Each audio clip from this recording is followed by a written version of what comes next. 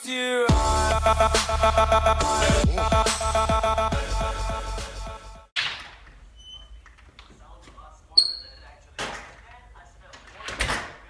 Hey, yo, what's good? Right now you watching Casino Is the Name, and I'm here to answer some questions for you guys today about the hotshot trucking business that you've posted on my YouTube channel. And I can't answer every email, or I've tried to answer every comment, but I decided I'd just do a video and try to answer as many questions as possible, or at least a couple. So one of the questions I got about 15 hours ago was, do you get your automobiles off the loading board? So in case you don't know, a lot of cargo is booked on Loadboards. For cars though, I use Central Dispatch. So Central Dispatch for me is kind of like my go-to. Anytime you see a car on the back of one of my trucks, we booked it on Central Dispatch. So yeah, that's kind of that. Okay. There's a lot of comments, but I'm trying to see where the questions are.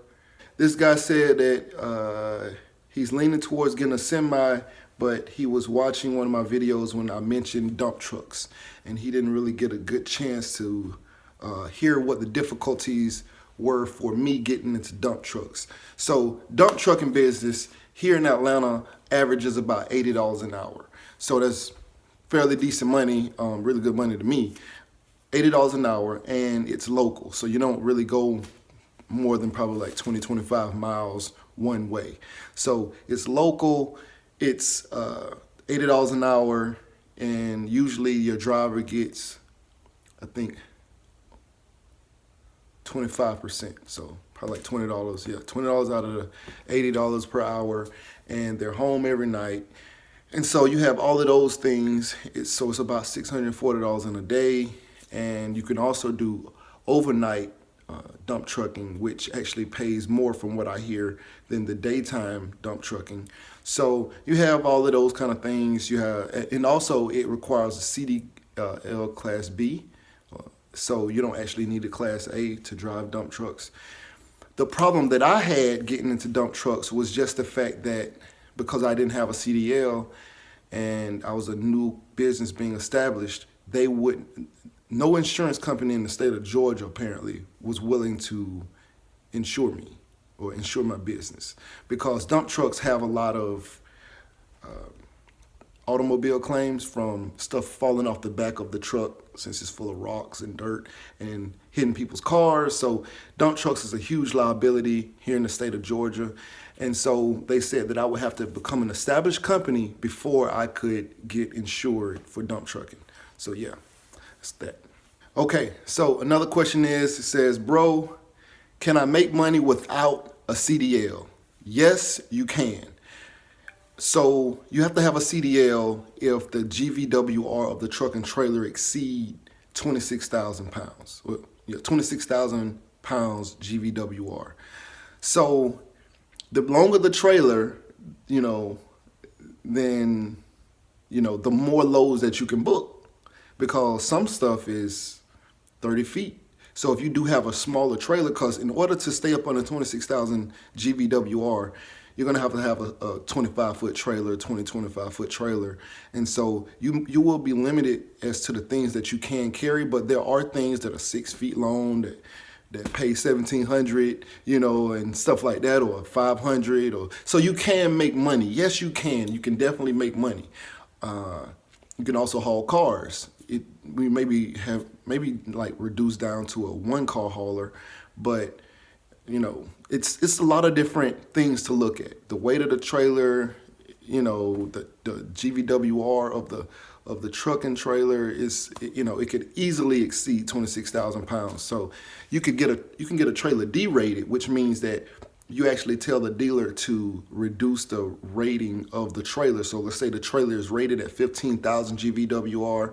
You can actually tell them, hey, derate the trailer down to 12,000 GVWR. But it also limits the amount of carrying capacity that you can put on the trailer, So currently we have about 20,800 that we can actually put on the trailer with the combination that we have. That's actual weight that we can haul. Now we can haul up to 30-some thousand, almost 40,000 pounds, but with the subtracting the weight of the trailer and the truck, we're where we are, where we have at least 20,800 pounds that we can actually haul. But the GVWR is, greatly exceeds the 26,000. In order to do that, you got to have, a CDL. So if I were to have, say, the trailer derated and I had a shorter trailer or whatever, and I had, let's say, a trailer that was rated at 15,000 GVWR, because mine is rated higher than that. But if I did have one rated at 15,000 GVWR and I got it reduced down to 12,000 GVWR, I would probably only be able to carry with the truck and trailer combination, just based on the weight of the truck and the trailer, probably, well, you have to subtract the weight of the trailer from the GVWR. So I think it'll be around 5,000 pounds. So if I didn't have a CDL and I had a shorter trailer, which limits me on what I can carry, as well as less GVWR, then I'm limited to about 5,000 pounds, which might be a car, or some small machinery may be around that. But for the full spectrum of things that I'm able to haul, like, I would need a CDL. I would. All right. Here's another one. It says, where do you source your loads from? So, like I said, when I'm dealing with cargo loads, I used to use Loadboard. I think it's 123 Loadboard. I used to use 123 Loadboard. Sorry about that. I got a lot of phones going off around here. So, like I was saying, I used 123 Loadboard when I first started, and that worked pretty well for me. The problem was I have a full-time job. My sister got busy. She was helping me dispatch. And so got a full-time job, can't communicate with the driver all day, trying to find loads, can't do all that kind of stuff. So I actually hired a dispatch service, Wire Freight Dispatch. And that's been working pretty well for me. She works with the driver. It's actually a team of them. So they work with the driver, but we can say, hey, can I get my guy to Miami? And she'll try and find loads for him to Miami. I can say, hey, I want to bring him back home for this weekend. She try and find routes back home for him, things like that. So I actually enjoy that part. It's a lot less on me, and so she also has a lot more relationships built already in the industry, and so I'm benefiting from some of those relationships that she already had built, because I wasn't, like, when you're a new MC number, you have to wait a certain period of time. Some companies are 30 days, some of them are 60 days, some of them are 90 days before they even allow you to book loads.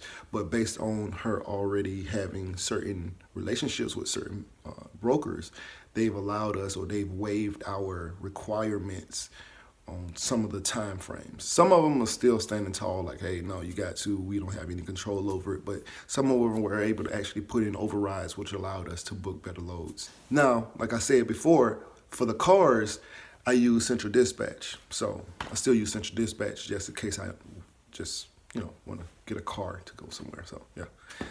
Another person said, hey, I'm new to the channel. I was wondering, how do I start hotshot trucking business? So I pretty much answered that in another video. So if you do see this one, go back a couple videos.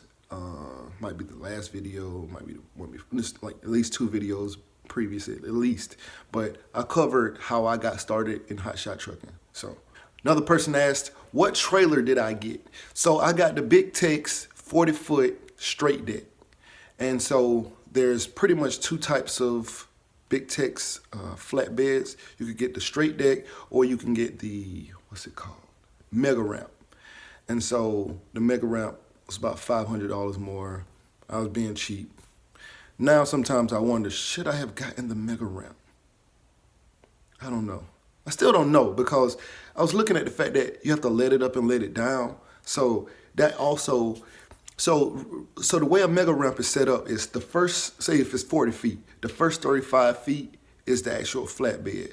The 5 feet previous after that is the mega ramp. So that actually folds down and folds up and folds down, which allows you to, I guess, load things up on it and stuff. But that 5 extra feet, right?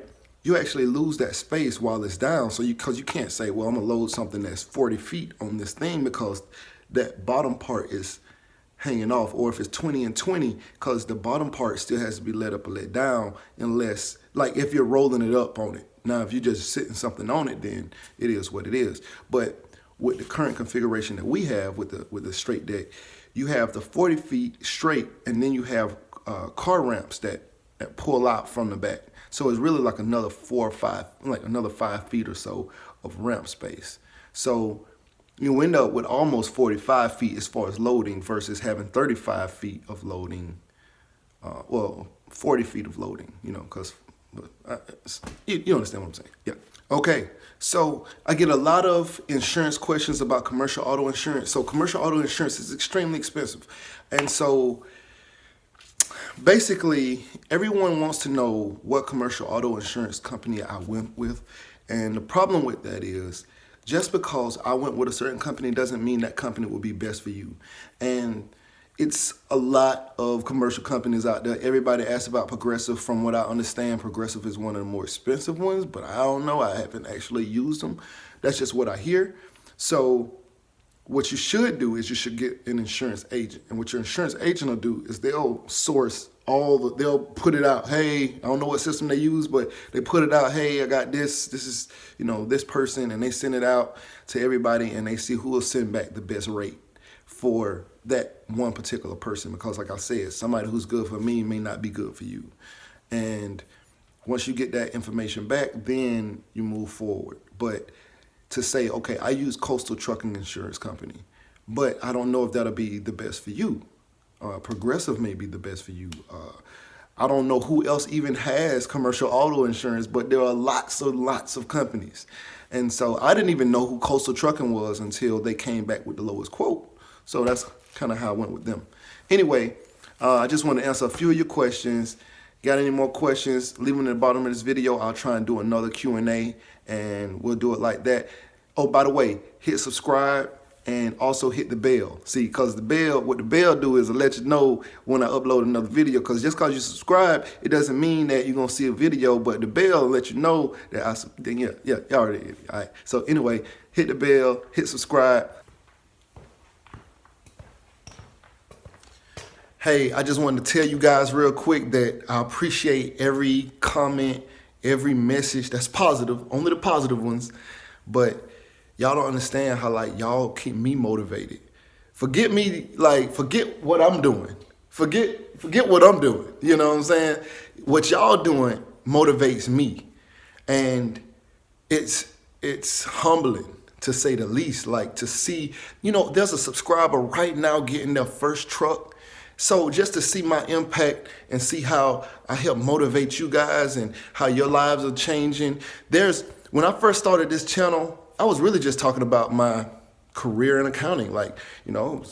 Graduated, and went from graduation to, getting my dream position, and, and just the whole concepts and how big the world of accounting is. And then I started my trucking business and my other multiple hustles, my other side hustles and everything. But I started my trucking business, and just to see, there's people who are graduating now with their accounting degree this year who started watching my channel years back, and it helped them decide to go to school for accounting.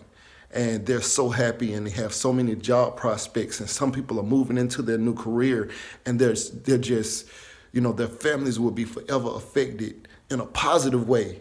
It's amazing. And so then now to look and see that there are people who are actually going out and have made the decision that, yes, they were planning on being entrepreneurs, and that this is the business, and that I had something to do with their decision to do that.